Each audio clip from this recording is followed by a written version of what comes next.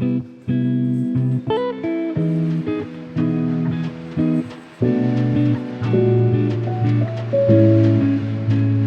build this project, you need a Node MCU ESP8266, a servo motor, a USB cable.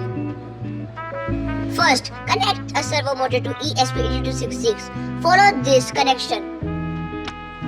Now, connect micro USB to ESP8266 to computer. Now, in your computer or laptop, paste this code in your Arduino IDE. You will find this code in description box. Now, install these libraries. Now, select your COM and make sure to insert your Wi-Fi and your password. And here we go.